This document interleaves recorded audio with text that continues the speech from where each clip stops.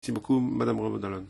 Je m'associe aux remerciements à l'attention de Marie-Christine Vergiat, mais aussi je tiens à te féliciter, Marie-Christine, pour ton projet, parce que ce texte il aborde de façon très complète les différents aspects qui sont liés à l'action extérieure de l'Union sur les migrations et l'asile. Le groupe des socialistes et démocrates partage pleinement les constats et les recommandations qui sont dans ce projet.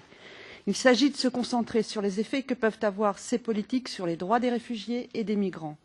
L'approche de l'Union européenne en matière de migration et d'asile doit être fondée sur les droits de l'homme et le respect du droit international, ce qui n'est pas négociable. L'Union européenne n'en sera que plus crédible dans le cadre de sa coopération avec les pays tiers. En ce sens, il importe de mettre en cohérence ses politiques intérieures et extérieures dans ces domaines pour éviter qu'il y ait deux poids, deux mesures en matière de droits humains. Agir face aux causes profondes des migrations ne signifie pas se focaliser sur une approche uniquement sécuritaire, basée sur les retours, la réadmission ou encore la gestion des frontières.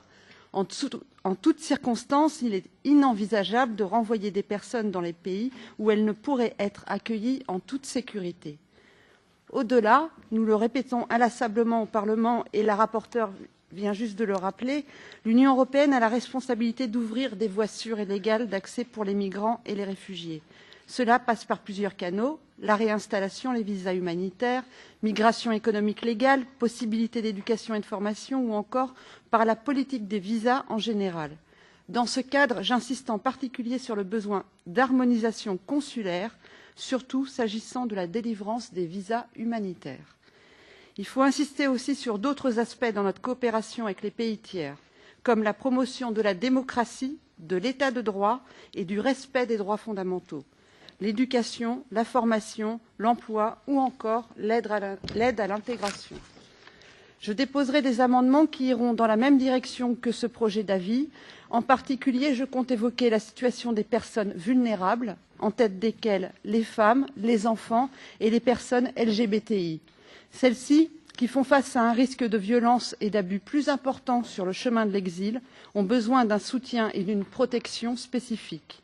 Il faut aussi concevoir une politique migratoire et d'asile qui prenne en compte la dimension de genre, comme l'avait déjà été fait dans le rapport Honeyball que nous avons voté au printemps dernier.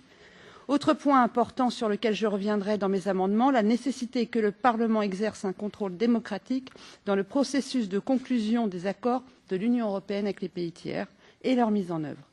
Pour ne citer que cet exemple, les accords de travail de la nouvelle Agence européenne des frontières méritent toute notre attention.